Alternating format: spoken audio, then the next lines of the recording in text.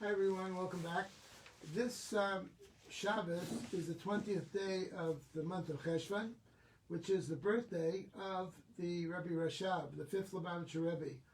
His name was Rabbi Shalom Dov Ber Schneerson, and he was the middle son of the Rebbe Marash, Rabbi Shmuel of Lubavitch, he was, interestingly, he was born in October of 1860 during a very, very tumultuous time. This was towards the end of the Tsarist regime. He was born in the city, in the town of Lubavitch in White Russia, Belarus, and he had a very, very interesting life. From his birth, at first, when his father passed away, he refused to accept the leadership, even though he was quite known as a great scholar and a very special person, because he had an older brother, Shalom, his name was Shner Zalman, and he didn't want to usurp his older brother. But when his older brother left Lubavitch, then he took over the leadership of the Chabad movement. The Chabad movement at that time was much smaller than it is today, obviously. In fact, Lubavitch itself was a tiny little shtetl, a little town in the middle of nowhere. It was a place where the itinerant mystics of the time, called the Nistarim, would come to and have conclaves together and talk with each other and learning and other things for centuries. From the 17th century on, there were these itinerant mystics who would come, and their center was in Lubavitch, an unknown place, a small place, except to a select few who knew about it. Anyways, Rabbi Shalom Ber, as we call him, lived during the end of the Tsarist regime. This is a very difficult time, of course, when there was a great deal of poverty among Jews, ignorance among Jews, and there was a lot of anti-Semitism. Tsar Nicholas II was a noted anti-Semite, as were all the rest of the Tsars of Russia. But during his lifetime, during the end of Nicholas's reign, of course, we know that Nicholas was, at the end, him and all of his children were executed by the communists, except for a daughter. Anyhow, Nicholas was known as an anti-Semite. And Nicholas wanted to assimilate the Jewish people, as many czars did. And one of the ways that he chose to do that was to introduce Russian studies, Russian language, secular subjects into the yeshivas and into the villages and towns of Russia where Jews live. He thought that by introducing these things to Jewish people, they will become more worldly, become more modern. And during that time, there was also the Enlightenment movement, the Haskalah movement, which also encouraged Jewish people to become more like the non-Jews and study non-Jewish literature and speak the non-Jewish language, in the hope that by doing that, they would prevent assimilation, they would prevent anti-Semitism. They thought that if we are more like the non-Jews will like us more. Well, we know that that theory was discredited in World War II, certainly, when the Jews of Germany, who were about the most assimilated, Germanized bunch, suffered terribly from the Holocaust. So Rabbi Shalom Ber, we call him the Rebbe Rashab, worked very hard during the Tsarist times to encourage Jewish people to learn Torah and to do mitzvahs and to resist the efforts of the Tsarist regime and the efforts of the Haskalah people, and he was quite successful in it. In fact, he started the first yeshiva that studied Hasidic philosophy. It was for anybody, anyone could come to it, but the uniqueness of this yeshiva was that it had both Hasidic studies, which was unheard of in the time, that a yeshiva should be devoted to Hasidic studies, the studies of Hasidic philosophy, as well as Nigla, as well as the study of Talmud and codes of Jewish law, which are called Nigla de Torah. So this yeshiva became quite unique, and it was very respected. And many young men came to study in this yeshiva who were not at all affiliated with the Chabad movement. He called the yeshiva Tomchei Tamimim, or those who stand for uprightness. And Tomchei Tamimim was established in the city of Lubavitch, and it became quite popular. And many people from all over Europe sent their young boys to study there. And the yeshiva continues to this day in New York, and there are branches of Tomchei Tamimim all over. I am a graduate of Yeshiva Tomchei Tamimim also. Anyways, the Rebbe Rashab also, he lived during the early times of the Bolshevik Revolution. He passed away in March of 1920. During the most difficult times of the Bolshevik Revolution, we know that the revolution, I believe, started in 1917, and the revolution was very, very anti-religion, and among anti-religion, Judaism was at the top of the list. The Rebbe Rashab spent his entire life in pursuing Jewish education and encouraging Jewish education. He traveled extensively all over Europe and all over Russia, and he established yeshivas for young men to study in, and he encouraged the study of Torah tremendously. He is known by the Hasidim as the Rambam of Hasidus, the Maimonides of Hasidus, because he took all of Hasidic philosophy at that time, which was quite extensive, from his predecessors, and he categorized it, he systematized it, and he made it into a systematic study, similar to what the Rambam did in Halacha with his Mishnah Torah. So therefore we call him the Rambam of Hasidus. He suffered greatly during his life. He was pursued by anti-Semites. He was criticized by Jewish people, and he had a hard life. He had one child, Yosef Yitzchak, who turned out to be the previous Lubavitch Rebbe, the sixth Rebbe of Chabad, and his son was trained very well. His father, in all of his travels, would travel with his son all over as he attended the various conferences throughout Europe, rabbinical conferences in terms of how to deal with the difficult problems of the day. And his son, from a very young age, learned from his father what to do. And his son was sent by his father on very dangerous missions. Among them was to infiltrate the palace of the Tsar in Moscow, to annul various decrees against the Jewish people. And through great bravery, he did that. The Rebbe Rashab was not afraid of anyone. But nevertheless, he had a difficult life. He was a tremendous expert in Hasidic philosophy, as I mentioned earlier. He would speak at length on various Hasidic discourses. These were called Hemshechim.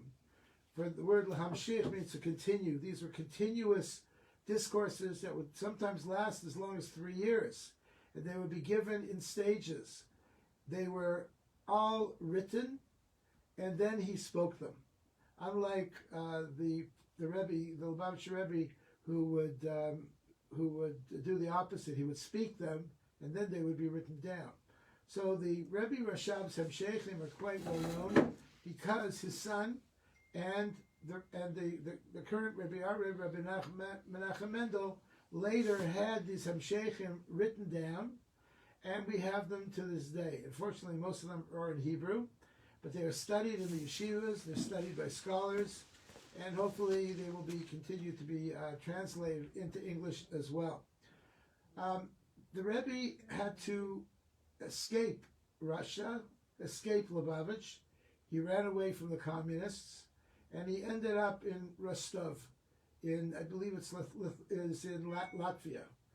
He ended up in Rostov, where he had a peaceful life, and he was able to continue his writings and his work, and he died in March of 1920 in Rostov.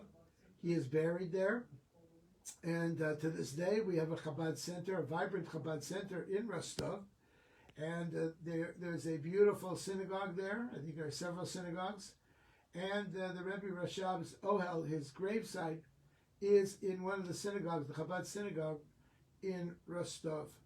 So he led a quite remarkable life. He was a very intense man, a very serious man. He took life very, very seriously. His son, Rabbi Yosef Yitzchak Schneerson, recalls meeting with his father, and his father was always very serious. His father did not speak much, but he made clear his intentions and his dedication to the cause. One of the things that the Rebbe Rashab did was he was the first one to send emissaries all over Europe to encourage the study of Torah, to build synagogues, to build mikvahs, etc., etc. And this idea of sending shluchim all over was quite unheard of in those days, late 1800s, early 1920s, especially during the 1920s when it was very dangerous to spread Judaism, even to exist as a religious Jew at that time. But he started really the movement of shluchim all over the country. His shluchim were unique. Their purpose was to spread Yiddishkeit and also to raise funds for Jews and Jewish institutions. They were called by the name of Shadar. A Shadar is a shaliach, an emissary of the Rebbe, Shaliach de Rabbeinu, the Shaliach of the Rebbe. And these people were very unique and very special, and they reported only to him. And this concept of sending shluchim all over continued more with the Rebbe, with the previous Rebbe, the Rebbe Rayatz, and then after that with Rebbe Menachem Mendel Schneerson. Of course, as we know, the worldwide Lubavitch movement today is in the image of that as well. So it really got started with the Rebbe Rashab. And he lived a very, very remarkable life, an incredible life. And it's a life that we talk about. On this occasion, Hasidim make Farbrengens, and they gather together. They talk about his life. Chav Cheshvan was one of the Farbrengens that the Rebbe used to Farbreng and talk about the Rebbe Rashab at length. And so I just wanted to share with you some of those ideas as well. Let's talk about the Parsha. Again, I'm using the book Light Points, just came out recently, on the Rebbe's teachings on the Parsha. So this Parsha is, of course, Vayera.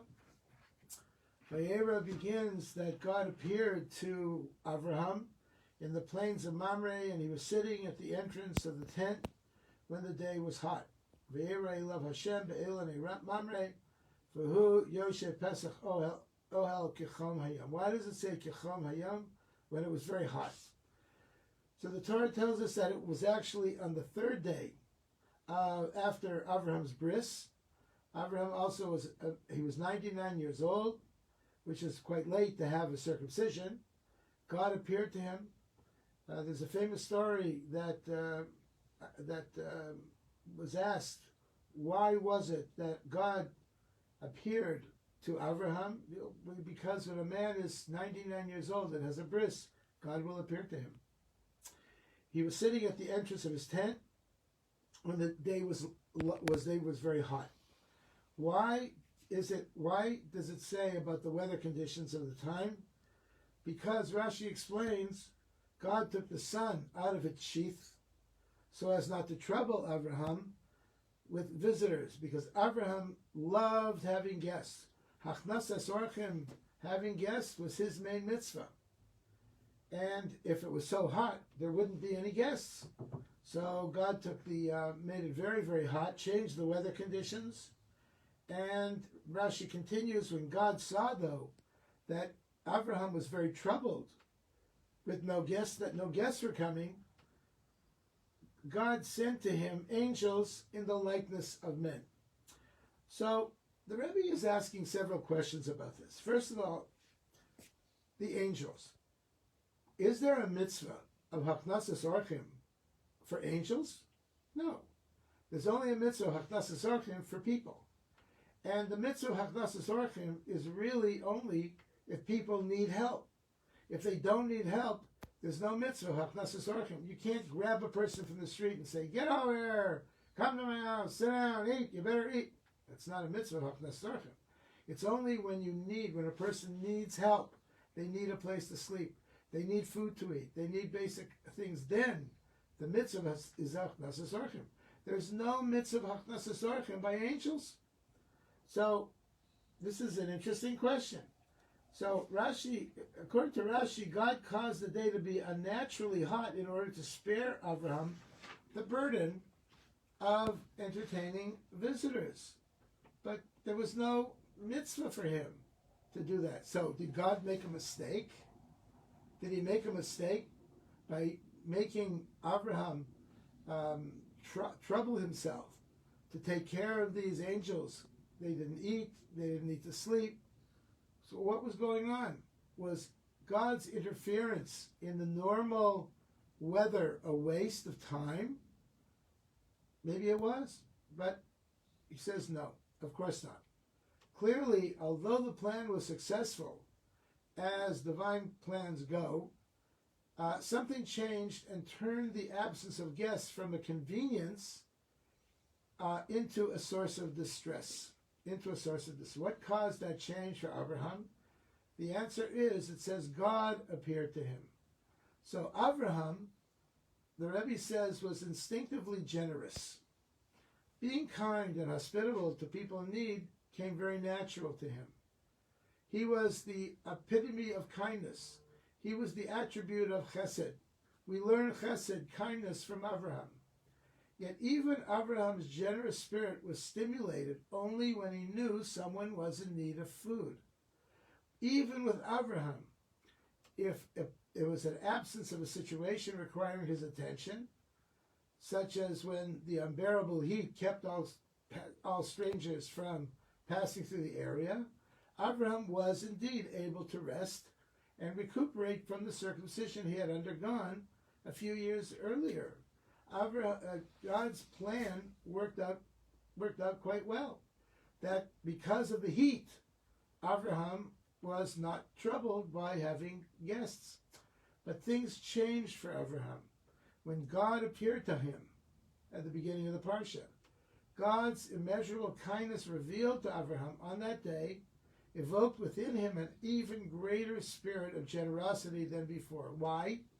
Because God showed Abraham the attribute of generosity. God brought angels to Abraham and showed Abraham his benevolence. Abraham became filled with such drive and motivation because he saw what God did for him, that God caused it to be hot so that there would be some angels for him to minister to. So Abraham looked at God and saw, wow, this is something that I am learning from Hashem, from God, to be kind and to be giving, that the lack of a passerby suddenly became a terrible source of anxiety. Why did it become a source of anxiety? Because he saw that God made it that way, that God wanted to be a source of anxiety. He desperately wished that he could find someone with whom to share. Abraham wanted a guest to come out so that he would be able to do something and imitate God. He wanted to be like God. So, seeing his anguish, God granted Abraham's new desire. He lifted his eyes and saw, and behold, 3 men were standing beside him. So it's a very interesting, very odd situation. God showed Abraham how to be generous.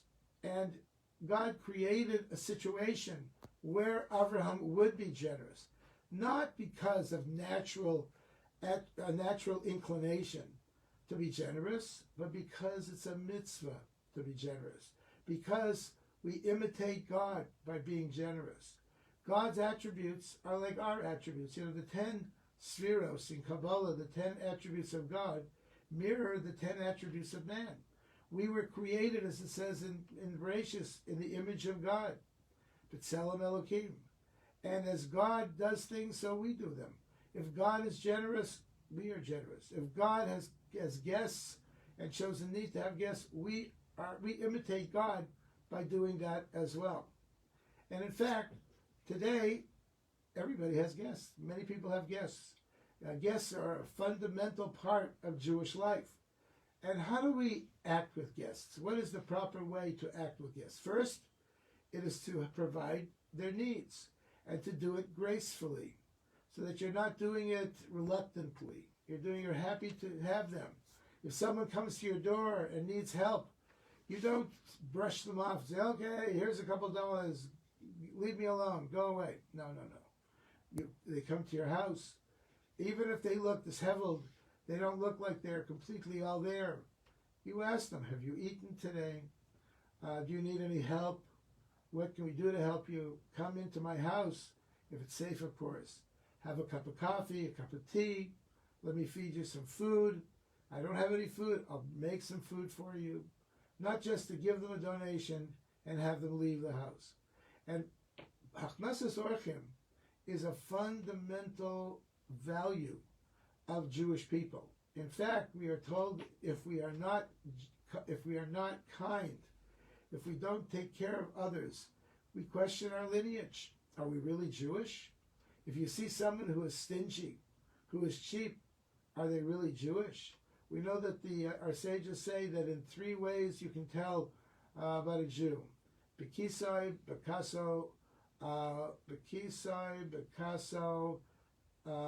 Ube Kiso, Bekaso, Ube Koso. In his the way he drinks, his kos, in his kaso, in his anger, how he deals with his anger, and Bekiso, his pocket. In other words, his money. His money, how he dispenses his money, if he's generous or not. If you see someone who in those 3 areas is not acting properly, you actually question if they're Jewish or not. So the fact is that we learn this from Abraham, generosity of spirit. And Abraham, in turn, learned it from God. He didn't just do it out of the kindness of his heart, but he learned it as a mitzvah. And we know that tzedakah in general, we don't just do tzedakah because it's a nice thing to do.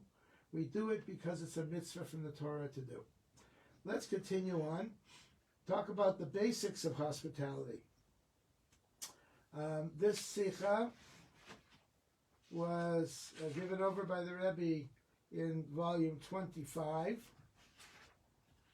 And it continues. In Parshas Vayera, Avraham interrupts a visit from God himself, who came to visit him, to comfort him after his bris, in order to host these 3 passersby. Angels discussed as travelers.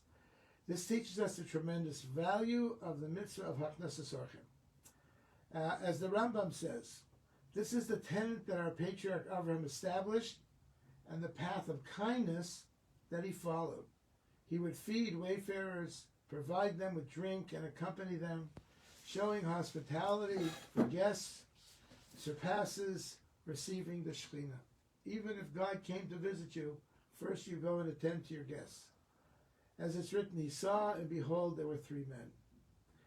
So the Rebbe continues, yet considering that Avraham's guests were actually angels who had no need for the food and drink he offered, did Avraham actually fulfill the mitzvah of Hachnasas Orchim, as I said before, hospitality?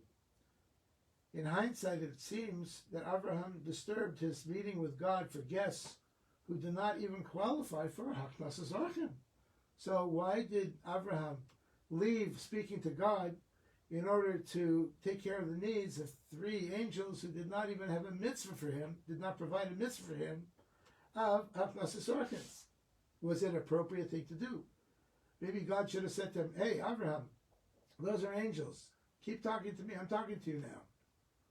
From here we see that Hachnasas Orchim is defined primarily by the heartfelt concern that the host shows for his guest's well-being, and not for the actual accommodations he provides. That if a person shows genuine concern for his guests, it's even more important than giving them the food, because concern and being worried about your guests will lead you to do all the right things that you need to do.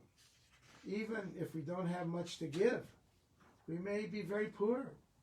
We may not have very much to give our guests. But nevertheless, whatever we have, we will give them because we show concern for them.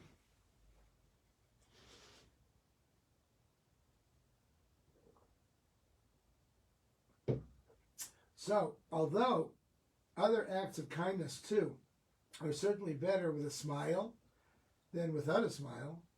Yet the ideal way of giving charity, whether it's Achnasas Orchim or anything else, is actually when the donor and the recipient never even meet face to face. So, for example, a person gives to a Gemilas Chesed fund, a fund that distributes money to needy people. And the person who give the money to the fund in turn gives it to poor people. The poor people don't know who is giving it to them. They just know it's a fund, and the person who's giving it doesn't know who he's giving it to either. He's just dispersing it to a fund, and the fund disperses it. So the ideal way is, of course, when both don't know each other. That's the ideal. Not so with the mitzvah of Achnasas Orchim. Achnasas Orchim is different, where the fulfillment of the mitzvah is first and foremost showing your guests your personal and sincere concern for their comfort and well-being. Achnasas Orchim means to show another person your concern for them, and that they know what you are, and etc. And this is really the essence of this particular mitzvah. Thus, regardless of whether the angels visiting Abraham needed or ate the food that he prepared for them, Abraham fulfilled the mitzvah of Achnasas Orchim to the fullest with the care he exhibited towards them. It wasn't important that he gave them food. Obviously, angels don't eat, they don't drink. But angels can understand care and concern. And Abraham, not knowing that there were angels, displayed that caring and that concern for them. And that was the mitzvah, true mitzvah of Achnasas Orchim. Moreover, knowing better than anyone just how much Abraham was cherished by God, the guests too could appreciate the sincere interest this great man took in them. They tell a story of the Chavetz Chaim, that a guest once came to the Chavetz Chaim's house. He needed a place to stay, and I don't know if he knew he was the Chavetz Chaim or not, but the Chavetz Chaim went and prepared his bed himself personally. He made his bed for him, and he got all his needs, and he cooked food for him and everything. Later, the man was thinking, who is that man? Who is this person? He found out it was a Chavetz Chaim. He felt terrible.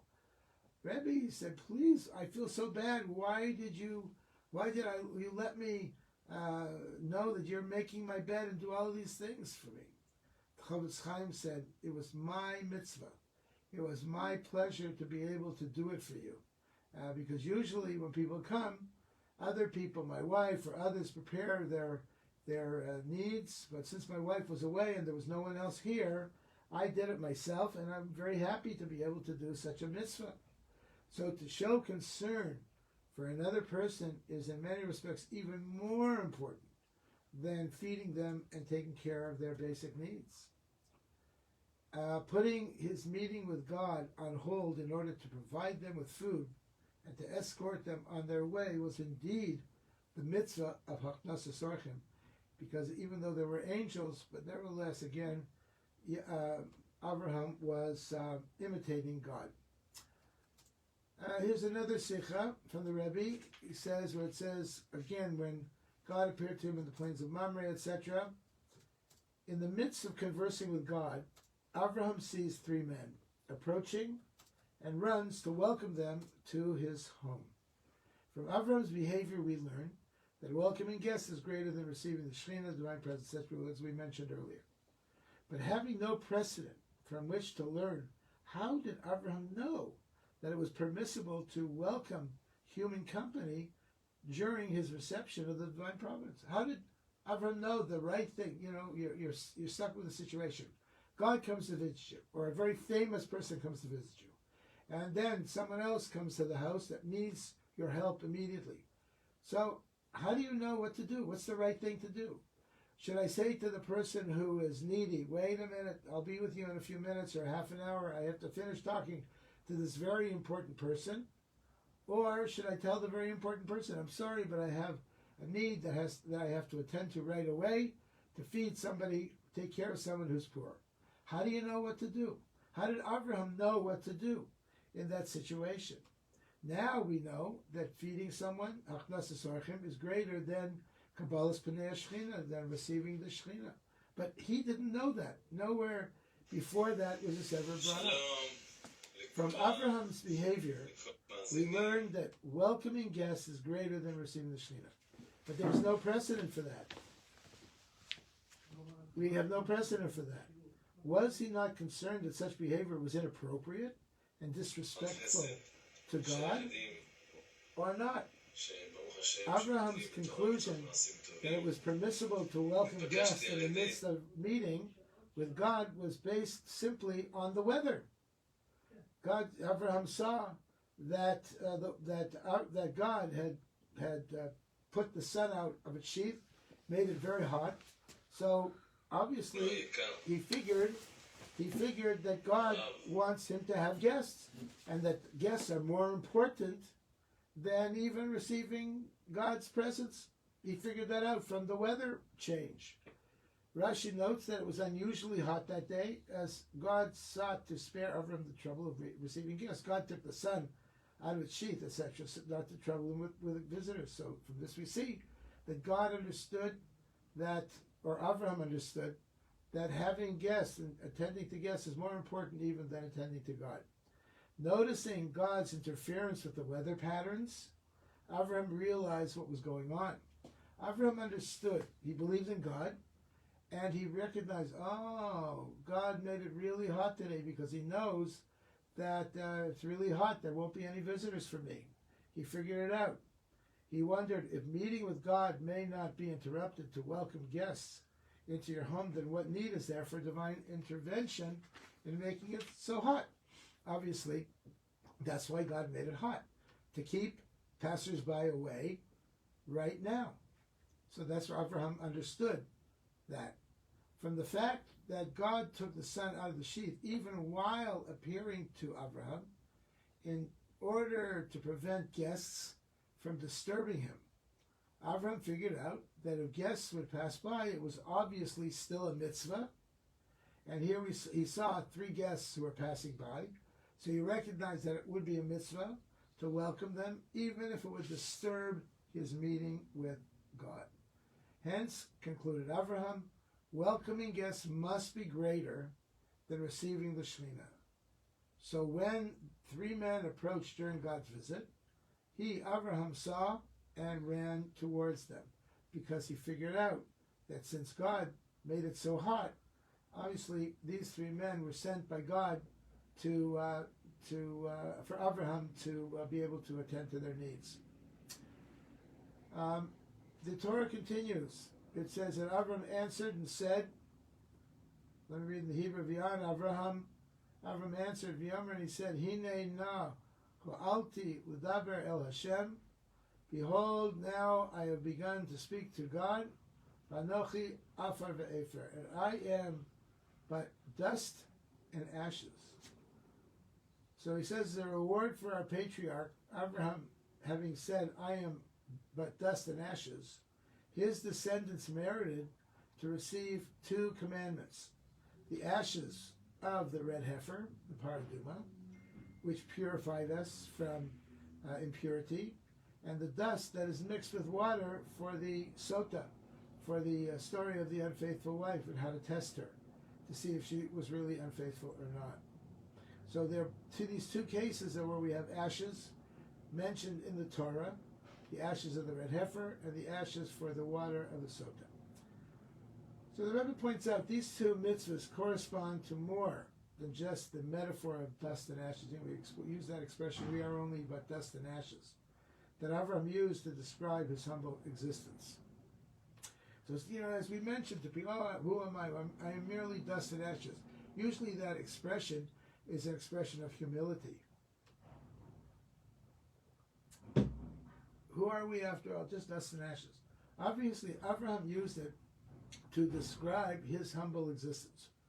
The red heifer and the sota water both reflect the essence of Abraham's conduct, which he expressed with the words, I am but dust and ashes. With these words, Abraham effectively described the motivation behind his life of selflessness, his utter humility. By describing himself as but dust and ashes, he described indeed the motivation behind his entire life of humility.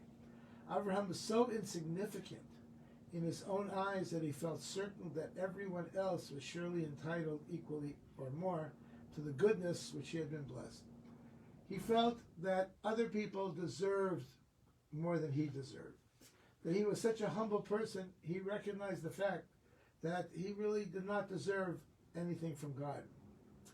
So when guests came, he attended to them because he recognized their needs more than his own needs. Here he was speaking to God, but he recognized that their needs were even more important than his needs. You know, you can imagine a very, very important person, President of the United States or the King or Queen of England or whatever, and meeting them and coming to them and being in their presence and talking with them. And all of a sudden you see a poor person who needs your help immediately. Would you immediately say to the king or queen, "Excuse me, but I have to leave. I have something more important to do"? Is there anything more important than attending to the king and queen, than speaking to them? So Abraham recognized that doesn't really deserve to speak to God. That his job is to take care of other people. The Rebbe points out he was so insignificant in his own eyes that he felt certain that anyone else was certainly entitled more equally or more to the goodness with which he had been blessed. They deserved the goodness more than him. They deserved the blessings more than him. In fact, Abraham did not hesitate to help another person, even when it might have caused him personal harm or loss. We found that last week with the war against the four kings to recapture again his nephew Lot. That Abraham was not a soldier. Abraham was far from it. He was a shepherd. He was a simple person. But to go ahead and to redeem his nephew from these evil people, he had an obligation to do it, a responsibility to do it, even if he knew that he wasn't going to be able to succeed. In fact, Abraham did not hesitate to help another person, even when it might have caused him personal harm or loss. He still was out there to help, something we should all learn ourselves. Thus, saving his nephew from captivity warranted risking his own life in battle. And he was willing to do it because he valued other people's lives even more than his own. Tending to the physical needs of travelers whom he imagined to be pagan nomads. Who were these travelers, after all? They were pagan nomads. They worshipped many gods. Even that justified forfeiting his time with the divine presence, with God. In fact, we're told that when strangers would come to Abraham, not the three angels, but other strangers, they were Arabs, and he would not allow them to come into his tent until they washed their feet and their hands, because they worshipped the sand. They were in the desert. They worshipped the sand. He didn't want any idolatry to come into his tent, and he would not leave them until they said Birchas Hamazon, until they blessed God. They would ask him at the end of the meal, "How much do we owe you for such a beautiful feast?" And Abraham said, "Well, if you bless God, then that's all you owe me." And they said, "Well, what if we don't bless God?" And then he would give them some outrageous amount of money that they had to pay. So obviously they blessed God. As a reward, Abraham's descendants, the Jewish people, were given two mitzvahs that exemplified this attribute of selflessness. The ashes of the paraduma, which end up to be burnt and sprinkled, and purifies people from ritual impurity. And it was to purify people who came in contact with a corpse, which is pretty humbling. And the sota water used to prove the innocence of a suspected adulteress. So both of these are very humble experiences. By divine decree, all who were involved in preparing the ashes of the paraduma, they all ended up contracting a degree of impurity themselves. They say that of the red heifer, was a metameas taharim, it made impure those who were pure, the metahar was a tameim, and at the same time it made pure those who started off to be impure. Similarly, the preparation of the sota, water, required erasing into water the ink of several verses from the Torah, including God's name. A Jew's ability to allow himself to become impure in order to spare someone else the inconvenience of impurity, or to prove a woman innocent, or to actively desecrate God's holy name in order to save someone else's marriage by putting the water in dissolving God's holy name, is truly the legacy of Abraham, who put all others before himself, viewing himself as nothing but dust and ashes. And we learn this from Abraham, that Abraham was prepared to put other people first besides him. And we see this in so many of Jewish communal workers, especially rabbis, who sacrifice themselves to help others, whether they're not paid very well, or they have to leave vibrant Jewish communities like New York or Los Angeles or Jerusalem or places like that, to go far away to minister to Jewish people in far off communities and far off lands, where there's no kosher food available, where there's no mikvahs available for their wives, where there's no shuls, there's no minyanim, or anything at all. But they go to these far-off communities, and there they teach Jews Torah, and they direct Jews into the ways of God. So it's an amazing effort of Besiras Nefesh, of self-sacrifice on their part. I remember hearing stories about the early days of when the Rebbe would send out emissaries in the late 1960s and the early 1970s. And he would ask people, at that time, people didn't write in and ask the Rebbe if they should go out, but the Rebbe would actually call them in and say to them, listen, I want you to go to South Africa and start a center there. And but he would say, only if your wife and your parents agree to it. You can imagine how a wife felt being sent to a place like South Africa, far, far away from Brooklyn, New York, where her parents lived. Her whole family was there. All of her needs were taken care of over there, to a place which was actually quite a wilderness of Jewish life. The farthest southern tips of Africa. I don't know how many people would like to go there, but the Rebbe said only with their permission. And what happened? They gave permission. The parents felt it was a great honor for their children to be sent on the Rebbe Shlichus, on the Rebbe's trip, to be able to go to places like that, where it was so far away from Yiddishkeit. And how did these young rabbis and rebbitzins deal with those situations? How did they deal with it? They dealt with it with humility. They recognized the fact that they were starting from scratch. They were starting from absolutely nothingness. And how did they get started? They got started by meeting people and inviting people to their homes, and starting classes for adults and for children, and starting preschool. And it's an interesting thing with Chabad is that unlike others who go out to communities, we start preschools. Others go out and they start high schools. Why don't we start high schools? Well, why do they start high schools? Because a high school is a way that you can really have an influence on a young man. Certainly it's a very important thing. And you're teaching at a higher level. So you're not going to lower yourself to the level of a 3-year-old or a 4-year-old. But Chabad specifically goes out to communities and starts preschools. Why?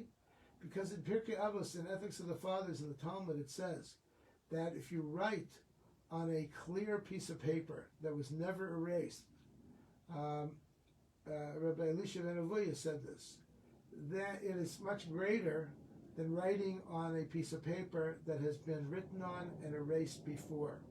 Because a clear piece of paper that had no other influences beforehand will leave a lasting mark for the rest of their life. And indeed, through Chabad preschools, which grew to elementary schools, we left impressions of kids for the rest of their life. And for a great Talmid Chacham to start a preschool takes a great deal of humility. I have a dear friend in Sacramento, Rabbi Cohen, who was the head of Chabad of Sacramento. And Rabbi Cohen, when he was in yeshiva, I hope he's not listening to this because his head will get very big. When he was in yeshiva, he was known as a Ilui, a genius, a great, great Torah scholar. In fact, many of us believe that he would end up being in the Rosh Yeshiva of 770 or some similar yeshiva. He was a genius. He was brilliant. But where did he end up? Sacramento, California, where there was hardly anything there. And he had to humble himself and lower himself in order to teach Aleph Beis, to teach the very basics of Judaism to people who were totally ignorant. But he grew there, and he developed a vibrant Chabad center there, and made many Bali Tshuva, and he continues to have a major influence. How did he do it? Through Achnasas Orchim and by humility. So I'd like to wish you all a good Shabbos, a good week, and we'll see you all next week.